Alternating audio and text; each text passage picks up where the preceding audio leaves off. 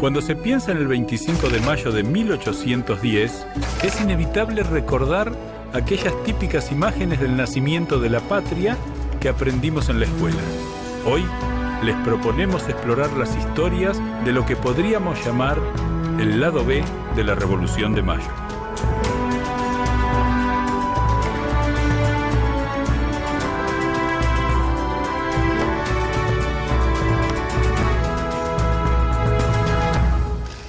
Juro a la patria y a mis compañeros que si a las 3 de la tarde del día inmediato el virrey no hubiese renunciado a fe de caballero, yo le derribaré con mis armas. Manuel Belgrano. Si deseamos que los pueblos sean libres, observemos religiosamente el dogma de la igualdad. Mariano Moreno. Y no quede duda de que es el pueblo el que confiere la autoridad o mando. Cornelio Saavedra. Ningún tirano haría progresos si no hubieran malvados que, conducidos por el egoísmo, no sirvieren al trono erigido por los déspotas entre las ruinas de la virtud y los derechos augustos del hombre. Juan José Castelli. A partir de la Revolución del 25 de mayo de 1810, se inició el camino del surgimiento del Estado argentino, cuya proclamación de independencia formal tendría lugar durante el Congreso de Tucumán del 9 de julio de 1816. Y entre estas dos fechas claves en la historia nacional, el 3 de febrero de 1813, se produjo un hecho determinante para consolidar el proceso revolucionario. Se trata de la Batalla de San Lorenzo. Allí iba a comenzar el camino definitivo de la gesta emancipadora de la América del Sur. Pero esto todavía no comenzó, y antes tengo muchas historias que contarte. Para entender cómo llegó a hacerse carne en nuestros patriotas este ímpetu revolucionario, tenemos que retrotraernos a 1806 y 1807, años en los que se produjeron las invasiones inglesas. Una flota británica con solo 1.600 hombres al mando del general Beresford tomaron Buenos Aires y la convirtieron en la capital británica de América del Sur.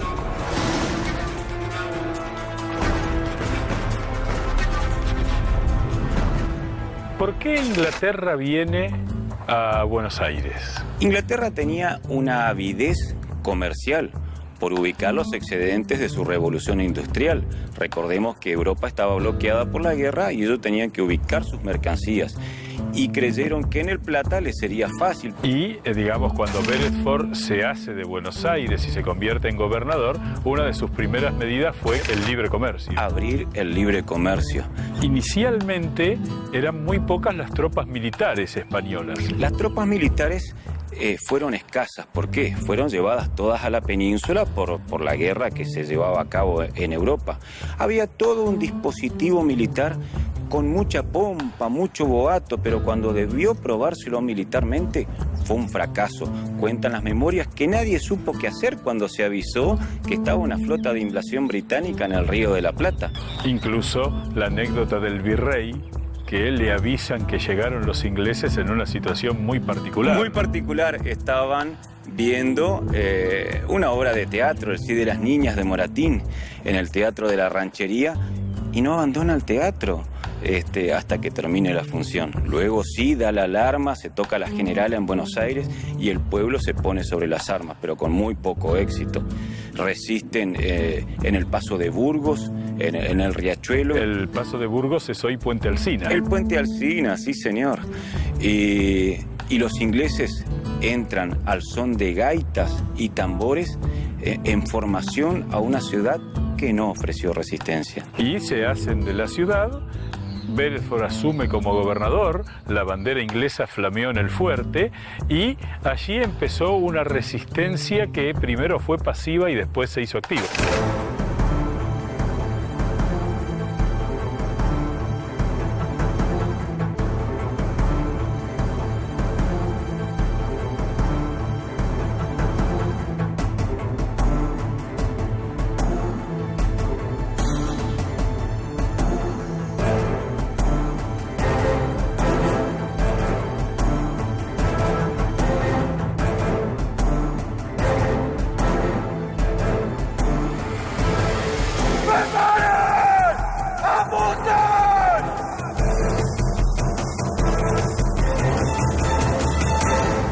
guerra casi religiosa, los herejes británicos contra los cristianos. Y hay un dato interesante que es Juan Martín de Pueyrredón, que es derrotado en el combate de Perdriel, ahí por San Martín. Muy bien. Y que se suma a Liniers para reconquistar Buenos Aires. Cuando ofrecieron resistencia en un campo abierto como Perdriel, aquí nomás en San Martín, fueron derrotados.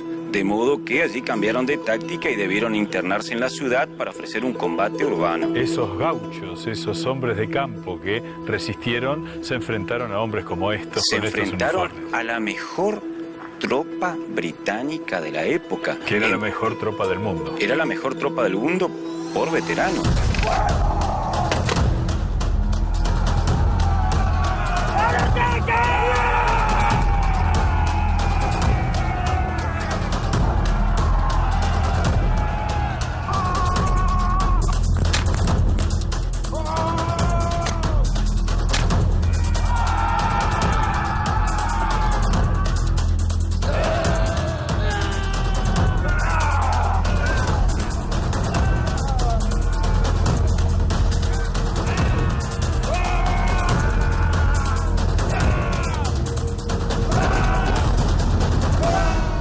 Las tropas británicas fueron comandadas por Beresford, un tipo de mala fortuna. Al regreso de su expedición, fue sometido a un juicio por ineptitud militar. La derrota de las tropas británicas se produjo tras la entrada de las tropas de Liniers por el norte de la ciudad y las de Pueyrredón en las costas, acompañadas por importantes movilizaciones populares, además de la organización de los vecinos desde sus viviendas. Acorralado por una multitud, Beresford se rindió durante las primeras horas de la tarde del 12 de agosto de 1806. La segunda invasión ya fue una expedición militar mucho mejor preparada que la primera. Inicialmente porque tuvo 10.000 hombres puestos en Buenos Aires. Y la respuesta también fue contundente. Ya existían las milicias populares armadas en defensa del suelo. Los ingleses vuelven a desembarcar, entran en Buenos Aires. Pero no entran por el paso de Burgos, sino que entran un poco más al sur.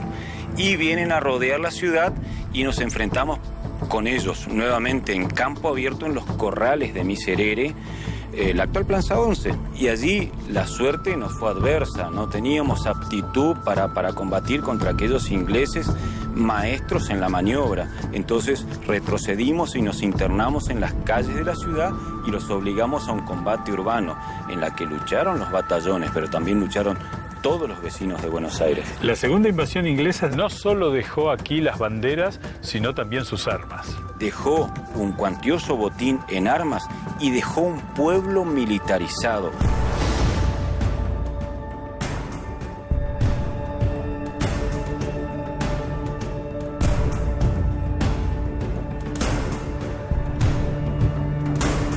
Estamos llegando al convento Santo Domingo de Buenos Aires, que está en la esquina de la avenida Belgrano y Defensa.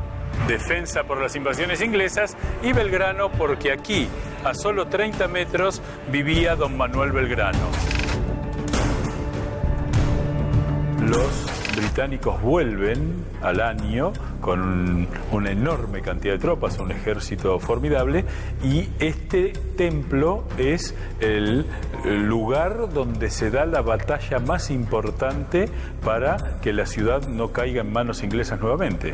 Los ingleses comenzaron el ataque a las 6 de la mañana del 5 de julio y llegaron a mediodía a recién poder ingresar al convento. Lo hicieron por la parte de atrás y a caballo por el claustro. Y esa es la razón por la que se ordena cañonear el convento, ¿no? Exactamente. Que son esas balas que, si bien son reproducciones, están en el frente del convento hasta hoy.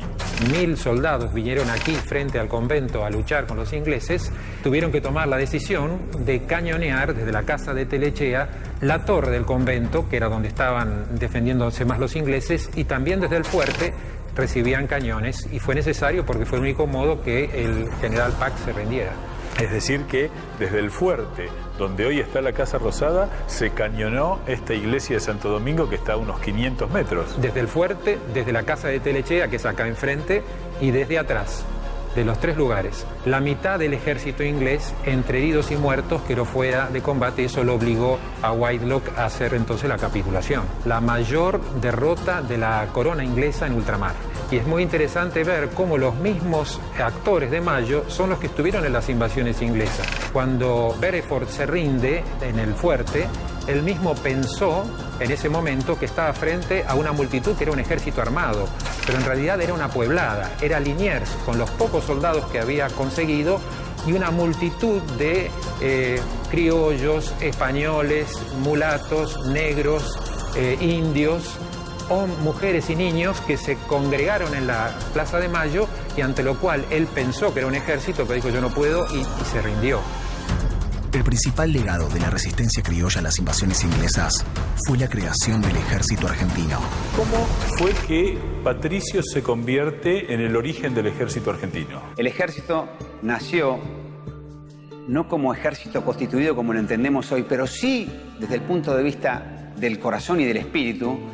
En esa invasión inglesa en 1806, pasando por el 25 de mayo hasta el 29 de mayo, finalmente se crea el ejército argentino que hoy mira hacia atrás con una mirada al futuro.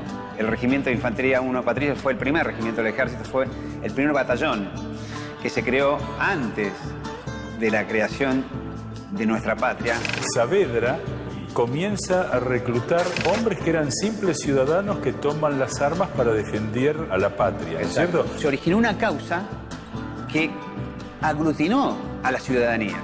Se presentaron milicianos voluntarios para defender a la patria. Y sobre esa presentación voluntaria, en el orden de 4.000 en esa época, eso significa dejar la vida por la patria de una patria que no existía todavía. Vos ocupaste el lugar que en algún momento ocupó Cornelio de Saavedra, que ocupó Manuel Belgrano. ¿Qué significa eso? Una carga enorme. Yo trataba todas las mañanas de olvidarme y les decía al regimiento, les hablaba de la historia, del peso de la historia, y que el peso de la historia en realidad deberíamos transitarla a través de una digna actualidad. Este regimiento es muy sacrificado, hoy es muy sacrificado, pero vaya el sacrificio que fue allá por 1806 o 1807 con el derramamiento de sangre. Este regimiento ha pasado por toda la historia de guerra victoriosa de nuestra nación y termina también combatiendo Malvinas. Y yo les decía a mis soldados en la Plaza de Armas, ojo, no se equivoquen, la galera y la pluma carga el peso del ceremonial de representar a aquellos, pero un día tuvieron que cambiarse de combate y fueron a las Malvinas. Y tenemos un caído en Malvinas de patricios. ¿Por qué lucharon aquellos hombres? Por este lema que dice aquí. Sean eternos los laureles. Aquí está Marte, el dios de la guerra. Aquí está la madre patria. Aquí está el escudo nacional, consagrado recién en 1813. Y aquí está el Cusco, el límite máximo a donde llegaron nuestras tropas. 26, 27, 28, 22, Patricio numerado. Llego al Cabildo de Buenos Aires para verme con un descendiente de Juan José Paso, con quien recordaremos aquellos convulsionados días de 1810. Este lugar, hace 207 años, fue donde se produjo el 25 de mayo. Correcto. Aquí juraron los miembros de la primera junta. Saavedra fue el presidente. Sin duda alguna. Él era del Alto Perú, hay que mencionarlo. Lo que nosotros hoy conocemos como Bolivia. Juan José Paso es este.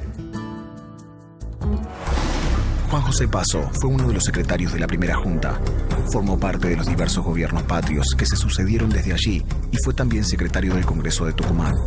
De hecho, el secretario Juan José Paso fue el encargado de leer la Declaración de la Independencia Nacional en la sesión del 9 de julio de 1816. Lo que se puede decir del Cabildo Abierto es que los políticos revolucionarios fueron muy hábiles y lograron sus objetivos políticamente, pero estaban dispuestos a lograrlo por la sangre, por la violencia, en caso de que los resultados no fueran los que ellos esperaban. Tenían mucha confianza en Castelli, que fue el que dio el fundamento, y luego tenían mucha confianza en lo que ellos llamaban el viejo Paso. Era uno de los mayores junto con Saavedra y Ascuénaga. Estamos hablando de Paso el Viejo. De Juan José Esteban, que así se llamaba. Que tenía 53 años, claro. Eran otros tiempos, ¿no es cierto? Eran otros tiempos. A partir de allí, Juan José va a tener una trayectoria revolucionaria que es impresionante. 22 años. Fue miembro de la primera junta de gobierno. ¿Qué cargo tenía? Y era el secretario de Hacienda. Después estuvo en el primer triunvirato. En los dos. después en el segundo. Sí, sí. Y bueno, estuvo en el segundo apoyado por San Martín, además, ¿no? Se confiaba en él como secretario, como el hombre que hacía todo posible. Claro, porque en aquellas asambleas el presidente era rotativo. Pero el secretario no. Los secretarios no, Serrano y Paso eran permanentes. Así que en las manos de ellos estaba la ley y los profetas, ¿no? Hay que decir que era quizá el mejor burócrata de esos tiempos, es decir, el hombre que sabía cómo manejar al Estado y por eso todos los gobiernos recurrían a él. Y bueno, él le rechazó a San Martín cuando le pidió que le mandara tropa, 1.500 hombres al mando de Bustos, y le dijo, no, mire, nosotros no tenemos plata para estar pagando esas cosas. A Rivadavia le dijo lo mismo. Querían hacer una fuente en la Plaza de Mayo para recordar y homenajear a los que habían hecho la Revolución de Mayo, y le dijo Paso, no, un momento, ¿usted qué sabe quién la hizo, la Revolución de Mayo? El virrey Cisneros y su séquito de representantes de la corona española se encontraban en una situación delicada. Veían que su poder estaba en jaque. La España monárquica estaba siendo invadida por el ejército de Napoleón, quien expandía la impronta de la Revolución Francesa. En estas circunstancias, el 20 de mayo de 1810, Castelli fue a darle el ultimátum de que sus días en el poder estaban contados. Todo terminó, Cisneros.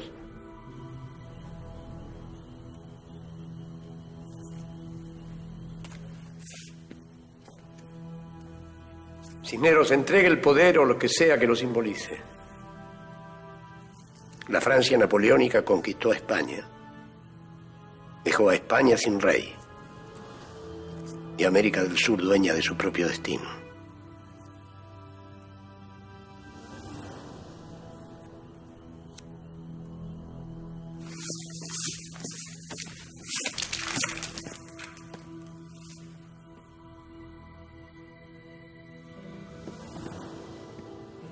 Deshizo usted mi solitario. Todo terminó, Cisneros.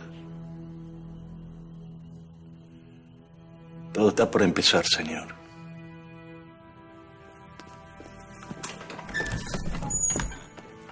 Están soñando, muchachos. Y sus sueños, la inacible belleza de sus sueños, será la carroña que ustedes mismos comerán en los días por venir. La Revolución de Mayo fue el hito que sentó las bases de nuestra independencia de la corona española. Sin embargo, sumarse a aquella gesta que determinó el destino de la patria era una decisión de alto riesgo. Todo indicaba que iba a correr sangre.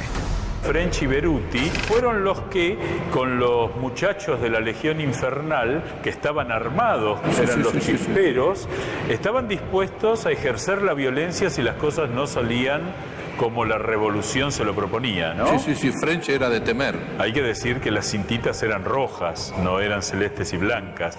Identificaban a los revolucionarios de los españoles. Uno de ellos, en caso de que se perdiera la votación, tenía que hacer una señal. Con la galera puesta, sí. Que era Juan Larrea. Juan Larrea.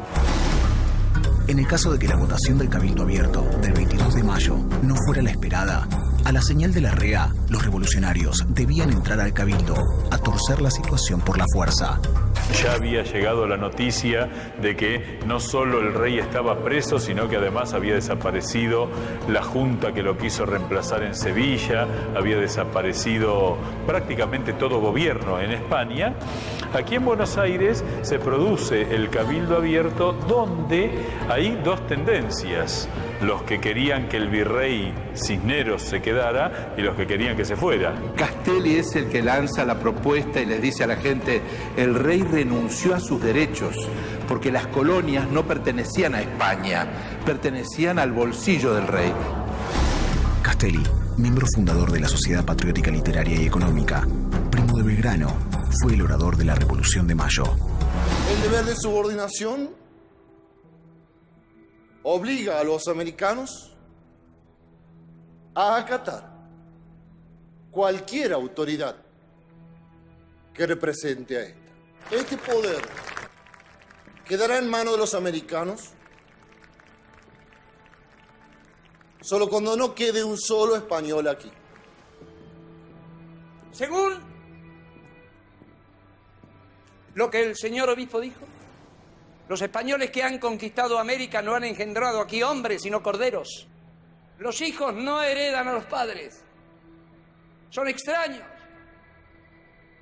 Y los que no han hecho más que chupar el jugo de nuestra tierra, esos son los herederos.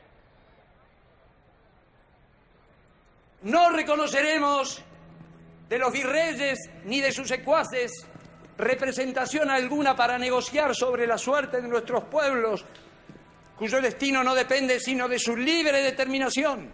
Y sepa todo el mundo que nadie podrá jamás esclavizar a este pueblo virtuoso quedando impune.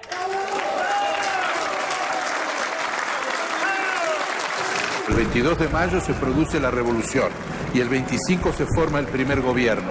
Y hay que tener en cuenta que esta es la única revolución en América hispánica que se hizo una vez y para siempre. Todas las demás tuvieron que ser repetidas. En cambio, la de Buenos Aires fue la que se hizo una vez y no hubo que repetirla. Fue una vez y para siempre. Saber que el gobierno de donde yo procedo solo aspira a restituir a los pueblos su libertad civil y que vosotros bajo su protección viviréis libres, gozando en paz junto con nosotros los derechos originarios que nos usurpó la fuerza. Juan José Castelli. Como en todo grupo político, la primera Junta de Gobierno Patrio tuvo varias internas. Invito al historiador Daniel Balmaceda para analizar este proceso con la ayuda de la tecnología. Bueno, Daniel, tenemos que explicar de alguna manera quiénes eran los hombres y cuáles eran las ideas que se discutían durante la Revolución de Mayo. Sin duda, al comienzo había dos grupos definidos. Los que querían sostener al virrey, a los que llamamos realistas, y los que optaban por un cambio. Pero dentro de los que optaban por un cambio, podíamos tener a los moderados y a los revolucionarios. Dentro de los moderados, el principal era nada menos que Cornelio Saavedra. En cuanto a los revolucionarios, podríamos mencionar claramente a Mariano Moreno, secretario de aquella primera junta. De todas maneras, también podemos inferir que había un grupo que no estaba exactamente definido en una de esas dos líneas, como podría ser el caso de Paso, de Juan José Paso o de Manuel Belgrano. Inmediatamente, la primera junta decide, por un lado, crear ejércitos. Era una necesidad de que Buenos Aires comunicara, por las buenas o no tanto, al resto de las ciudades para lograr la adhesión a este cambio que se había propuesto, a esta autonomía que se habían propuesto. Es por eso que envió al norte, sabiendo que la mayor resistencia la iba a tener ya en la zona del Alto Perú, inclusive, por supuesto, en Lima, y también al Paraguay, donde también podía llegar a generarse una resistencia. En ese momento, además, se produce, podríamos decir, una cierta radicalización de la revolución, porque empiezan a aparecer los personajes importantes realistas. Recordemos que a 3 meses de la revolución es fusilado Santiago de Liniers, y otros personajes como Álzaga y Lué también la van a pasar mal. Sin dudas, el primer contrarrevolucionario, para llamarlo de alguna manera, que pagó fue Liniers. Luego, el caso del envenenamiento, o posible envenenamiento del obispo Lué, el día de que se celebraba su onomástico, San Benito, y Álzaga, muy particular Álzaga, porque si bien, por supuesto, seguía la línea realista, no estaba del todo convencido con el camino que llevaba el virreinato. ¿Quién era el abogado de Álzaga antes de 1810? Mariano Moreno. Y Álzaga, en 1812, iba a terminar fusilado. Hay una pequeña anécdota que me gustaría contarte. Cuando entra a la plaza para ser sentenciado, sacó un pañuelo de su bolsillo, limpió la silla donde lo iban a colocar, como diciendo: yo en este lugar sucio a mí no me van a ejecutar en esta silla sucia. Así que el banquito ese lo limpió con el pañuelo y después sí se dispuso a que lo ejecutaran. Un dato muy impresionante de esos tiempos es que estos hombres decidieron llevar a cabo el tiempo de la historia, aunque quizá no sabían muy bien hacia dónde se iba. Sí sabían desde dónde querían irse. Sin lugar a dudas. Bueno, diste en el clavo, porque nosotros hablamos con el diario del lunes, por supuesto, ya sabemos lo que ocurrió. Ellos no lo sabían. Ellos tenían que dar cada paso y ver la reacción de las distintas ciudades, ver la reacción de Mendoza, ver la reacción de Santa Fe, de Córdoba, de Jujuy, ver la reacción de las ciudades del Alto Perú. Nosotros ya lo tenemos todo claro. Así que todo el plan se fue gestando a medida que se daban pasos. Era imposible tener todo organizado previamente. En esos tumbos, de esa manera comenzó nuestra patria. Bueno, muchas gracias, Daniel, por tu claridad y sobre todo por tu sabiduría respecto de estas cosas que a veces no están tan claras. Muchas gracias. A vos, Eduardo. Estamos yendo a la tumba de Mariano Moreno. A vos te llamará la atención porque Moreno murió en alta mar y su cuerpo allí fue arrojado.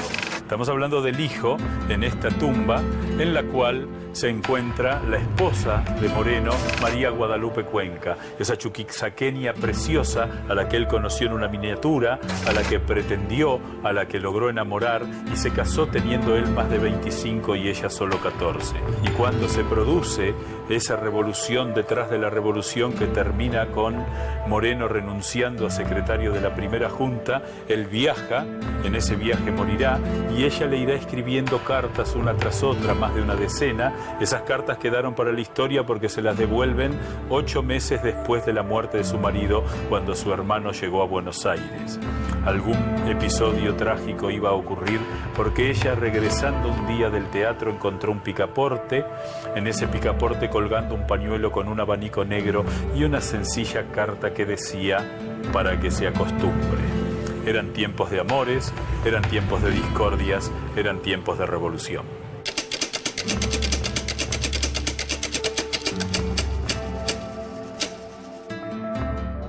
Una vez consumada la Revolución de Mayo, la reacción española no se hizo esperar.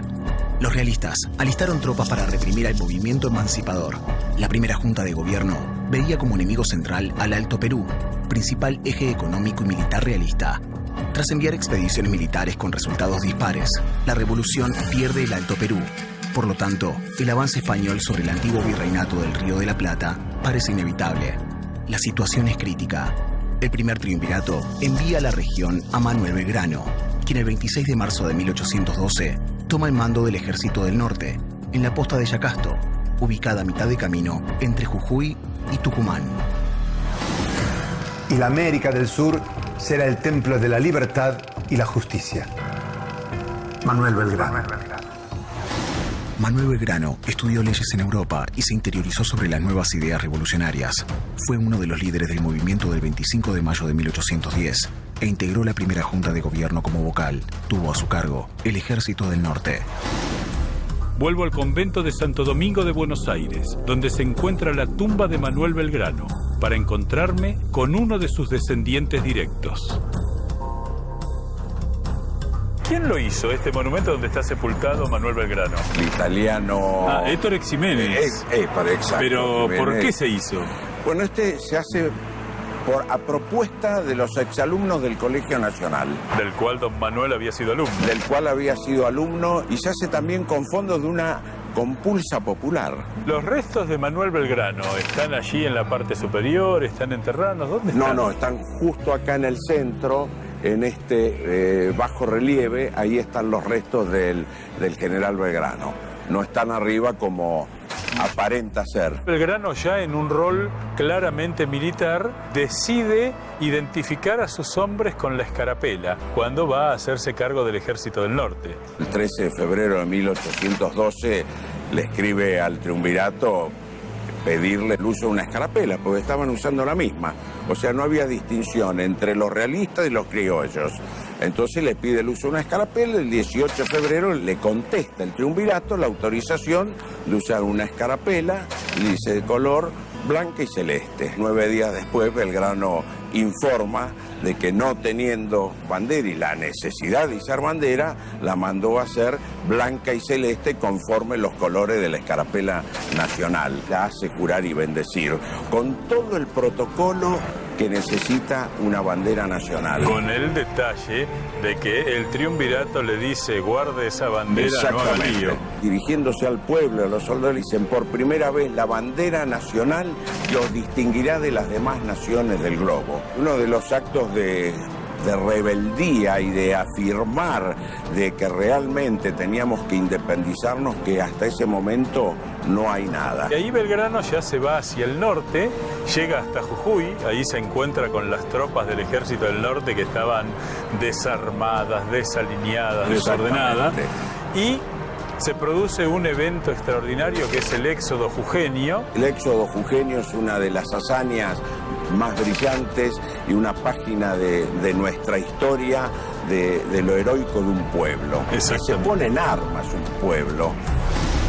El éxodo jujeño fue una maniobra ideada por Manuel Belgrano para retirar las tropas y la población de Jujuy en dirección a Tucumán para evitar que cayeran en manos del ejército español. El 25 de septiembre de 1812, Manuel Belgrano se establece allí para esperar al ejército realista, desobedeciendo las órdenes del triunvirato que le había pedido que vaya a Córdoba. La batalla de Tucumán terminaría siendo decisiva para forjar el destino victorioso de la revolución. Si hubiera perdido esa batalla, si hubiera sido derrotado Belgrano, al haber desobedecido probablemente su destino y el destino de América hubiera sido otro. Sin ninguna duda, el destino de Belgrano sabemos cuál hubiese sido. Por haber desobedecido, lo hubieran fusilado. Lo hubiesen fusilado, y sin ninguna duda que los realistas de Tucumán a Córdoba hubiesen estado en forma inmediata, y de ahí a Buenos Aires era la pérdida de la Revolución de Mayo. Gloriosa Revolución de Mayo. Batalla de Tucumán. Enfrentamiento librado el 24 y 25 de septiembre de 1812. Tropas realistas. Las fuerzas realistas contaban con 3.200 hombres y 13 cañones. La infantería española estaba provista de fusiles que medían 1,40 m de alto y pesaban entre 4 y 5 kilos. Ejército del Norte. El Ejército del Norte solo contaba con 580 fusiles para 1.600 soldados. Se improvisaron lanzas con tacuaras, a las que se le colocaron elementos punzantes como cuchillos, hoja de tijeras o restos de hierro. Medían entre 2,5 metros y 3. La batalla de Tucumán, del 24 de septiembre de 1812, iba a cambiar la historia americana. Por eso, el mayor Cejas, Diego, nos va a contar cómo eran los valores que estaban en juego en ese momento allí en San Miguel del Tucumán. Hola, Eduardo. La batalla de Tucumán fue la más criolla de las batallas americanas. ¿Y cómo fue esa primera etapa de la batalla, Diego? En esa primera etapa de la batalla no faltó elementos, el coraje de todo un pueblo y hasta incluso milagros. Manuel Belgrano debió cambiar su dispositivo, debió cambiar el modo en el que tenía dispuestas sus tropas. Esperaba a Pío Tristán desde el norte, pero luego Pío Tristán procuró caer a sus espaldas. Y un viejo amigo de Belgrano. Claro, Pío Tristán había sido su compañero en Salamanca, en Valladolid, tenían muchísimas salidas nocturnas, pero ahora están en bandos enfrentados. Dispone sus tropas de muy buen modo para no ser sorprendido por su compañero Pío Tristán. Y en esa segunda etapa de la batalla, ¿qué es lo que ocurre? En esa segunda etapa de la batalla, Manuel Belgrano, antes de que los realistas se acomoden, lanza una carga a la bayoneta con muchísimo coraje. Y allí mismo ocurre un milagro. Recordemos que Manuel Belgrano se había recogido ante la imagen de la Virgen de la Merced. La batalla se peleaba un 24 de septiembre. Todos estos criollos eran hombres de fe, y la Virgencita, a la cual le había prometido nombrarla generala del ejército, la correspondió con un milagro. Una manga de langostas se estrelló contra aquellos altoperuanos y creó gran confusión en la batalla. Digamos que los que venían de abajo, es decir, los hombres que venían de Buenos Aires, de Córdoba, sabían de qué se trataba una manga de langostas. Pero los hombres que venían del Perú, del Alto Perú, no tenían ni idea y se pegaron un buen susto y perdieron el control de la batalla. Aquellos hombres de la Puna no sabían de qué se trataba la embestida de estos animales en sus pechos, en sus caras, y creo que fue parte del milagro y de la confusión reinante que ellos hayan perdido el control de la batalla tal cual lo tenían hasta el momento. Y Diego, ¿cómo fue esa tercera parte, la parte final de la batalla? Aquella acción tuvo todo a pedir de Boca. Esa carga de la caballería patriota, golpeando sus guardamontes con los rebenques, dando gritos, dando alaridos, crearon una gran confusión en el enemigo, la que se sumó a la manga de langosta que se estrelló contra ellos. Todo favoreció a que la acción ese día, a pedir de Boca, fuese como un milagro. Y así fue ese 24 de septiembre en el campo de las Carreras. Y esa gran batalla que Belgrano no se la atribuyó a sí mismo, sino que se la atribuyó a la Virgen, pone en nuestras calles nombres como Forés, Dorrego, Guarnes, Balcarce, y Pío Tristán, que fue el derrotado, ni siquiera aparece. Pero hay un homenaje interesante en la Plaza de Mayo, ¿no es cierto? En la Plaza de Mayo hay un homenaje interesante, pues allí está una placa que Belgrano mandó colocar. Todos los nombres de los caídos en esa acción, incluso la del tambor Pantaleón Silva, el tambor de Tucumán, están allí. Y desde entonces, desde ese 24 de septiembre de 1812, la Virgen de la Merced es la generala del ejército. Muchas gracias por habernos aclarado por qué ese día cambió la historia de América, Diego. Muy bien, adiós. El triunfo en Tucumán fue la victoria más importante de la guerra por la independencia. Gracias a su esfuerzo y su férrea convicción militar, el general Belgrano logró mantener viva la revolución. Los realistas aprendieron que las armas no alcanzan cuando se lucha contra el fuego sagrado de la libertad. A mi espalda podés ver el Cabildo de Buenos Aires. Caminamos una cuadra y llegamos a la iglesia de los jesuitas, la iglesia de San Ignacio de Loyola. Este templo, el más antiguo de Buenos Aires, es también la tumba de Juan José Castelli, uno de los hombres de Mayo. Al lado de este edificio estaba el viejo Colegio de San Carlos, hoy Colegio Nacional de Buenos Aires, donde estudió Manuel Belgrano.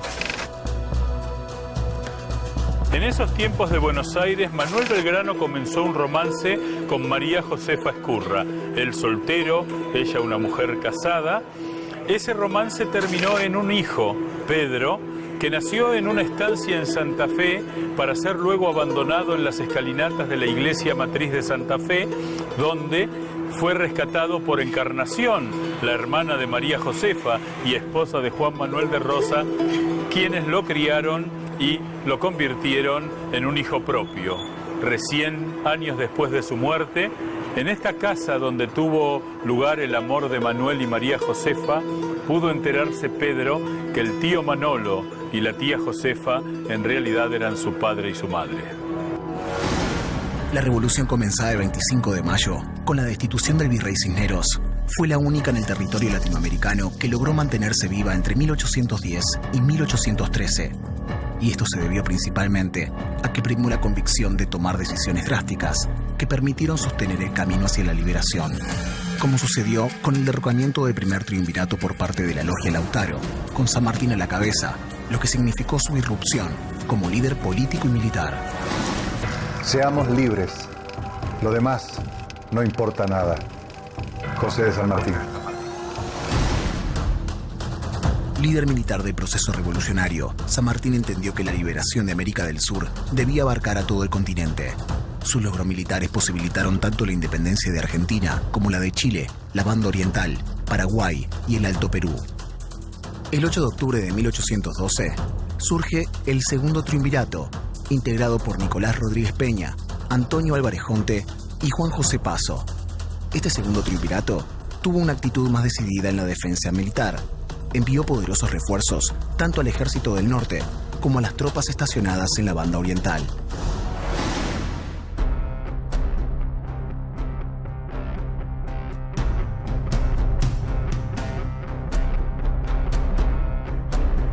Con este escenario convulsionado como marco, llegamos al 3 de febrero de 1813, fecha en la que se llevó a cabo la Batalla de San Lorenzo, la cual junto con la de Tucumán conformaron las dos contiendas bélicas más importantes para lograr la ansiada libertad. Estamos aquí en el cuartel del Regimiento de Granaderos a Caballo y conmemorando el combate de San Lorenzo, ese avance de la flota de 11 naves realistas que venían saqueando por el Paraná y que en esa intuición que tuvo San Martín iban a desembarcar en San Lorenzo con la intención de saquear el convento que estaba en manos de los franciscanos. Era una intuición, pero que luego San Martín ya la va confirmando con todo su conocimiento también de náutica que él tenía y con las luces que se iban haciendo entre los barcos. Él ya tiene la certeza de que van a desembarcar en San Lorenzo. Parte de Buenos Aires en un recorrido verdaderamente récord, haciendo 7 postas en 4 días. Por eso los españoles no se lo esperaban bajo ningún aspecto en San Lorenzo en ese momento. Con esas cabalgatas nocturnas para no ir mostrando el polvo, ¿no es Claro, cierto? claro. Y cambiando la caballada para tener caballada fresca y rápida.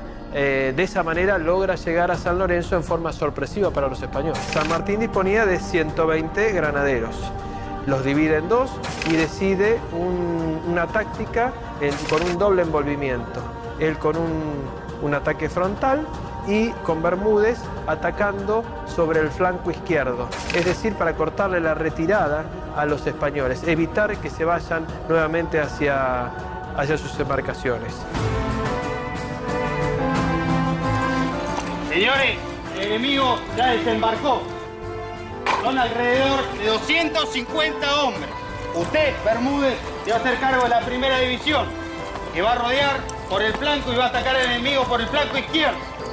Yo me voy a hacer cargo de la otra división que va a realizar el ataque de frente.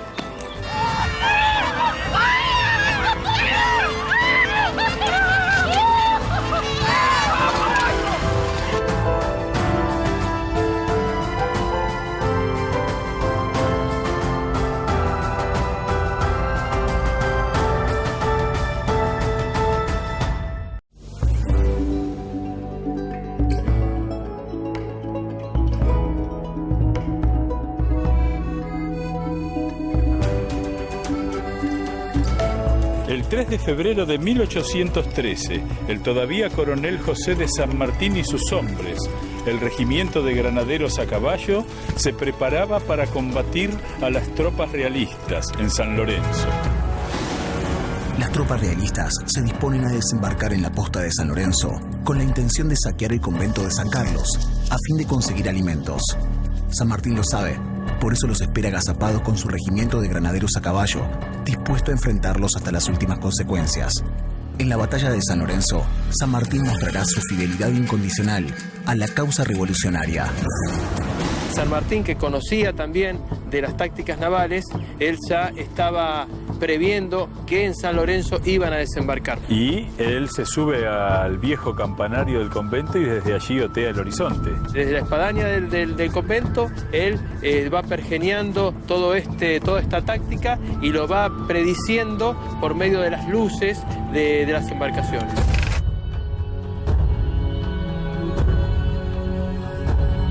A la madrugada, entonces, desembarcan los españoles un poquito al norte del convento, ¿no es cierto? Los españoles desembarcan y San Martín decide poner en ejecución sus 2 columnas, una a cargo de él.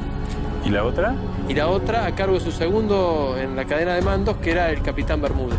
Bueno, un hombre que lo nombramos, pero que marca su importancia allí, era el número 2 de San Martín. Claro, claro. La táctica de la batalla es San Martín con sus 60 hombres atacar de frente, y Bermúdez, ¿qué tenía que hacer? Bermúdez tenía que hacer un ataque envolvente para cortar sobre el flanco, para cortar la retaguardia, es decir, la retirada del enemigo, para evitar que el enemigo volviese hacia la barranca y poder entonces aniquilar. Claro, exactamente. Señores, el enemigo ya desembarcó. Son alrededor de 250 hombres. Nos vamos a dividir en 2 divisiones de 60 hombres para realizar el ataque. Usted, Bermúdez, se va a hacer cargo de la primera división, que va a rodear por el flanco y va a atacar al enemigo por el flanco izquierdo. Yo me voy a hacer cargo de la otra división que va a realizar el ataque de frente. Señores, atención a las órdenes del trompa. Cuando suene el trompa, a la carga y a de vuelta.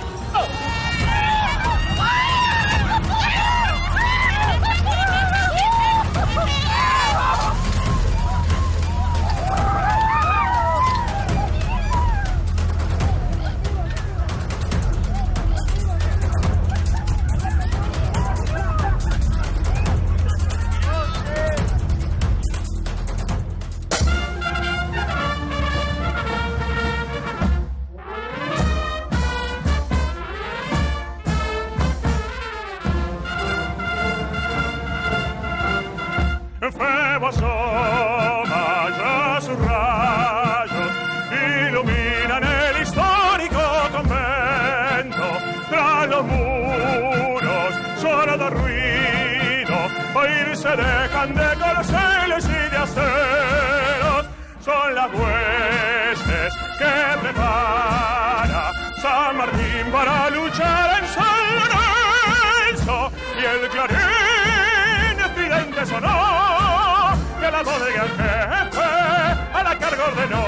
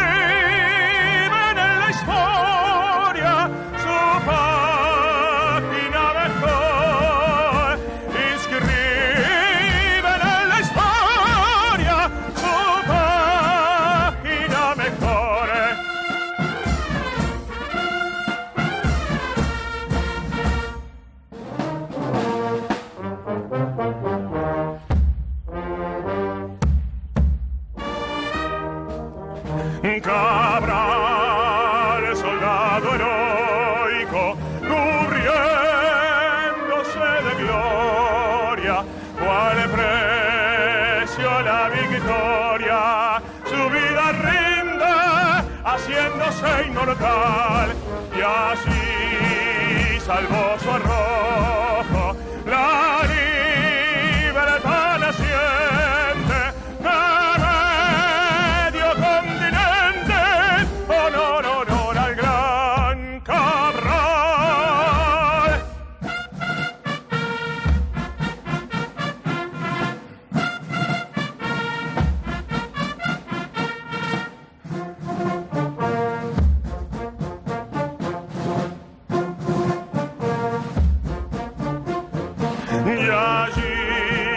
Salvó su arrojo, la libertad naciente de medio continente.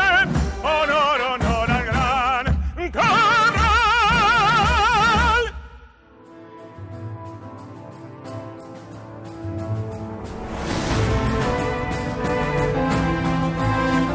Juan Bautista Cabral era un granadero común. Juan Bautista Cabral era un granadero oriundo de Corrientes, de la misma tierra que San Martín, y cuando pasó el combate de San Lorenzo tendría, no se sabe exactamente, pero tendría unos 25 años aproximadamente. Y ahí uno lo que descubre es que un pequeño hombre, un pequeño gesto, cambia la historia de América. Ciertamente, creo que la mayor enseñanza que nos puede dejar Cabral, que es una persona simple, común, inclusive analfabeto, cómo pudo hacer ese gran gesto que finalmente permitió la libertad de Argentina, Chile y Perú, salvándole la vida al general San Martín. Bullard se destaca en el combate de San Lorenzo, ¿no es cierto? En el parte de guerra de San Martín, solo a una persona nombra, y es a Hipólito Bullard, particularmente por su gran bravura y por la particularidad de tomar la bandera española. Después va a dar la vuelta al mundo navegando, y cuando llega a California hace flamear la bandera argentina allí. En el Museo de Monterrey, que he tenido la posibilidad de recorrer, allí está la bandera que hizo flamear Bullard. Podemos decir, casi bromeando, que durante un tiempo, esos 6 días que Bullard estuvo allí, California fue parte de la Argentina. Se puede decir que flameó la bandera argentina, pero ya sí.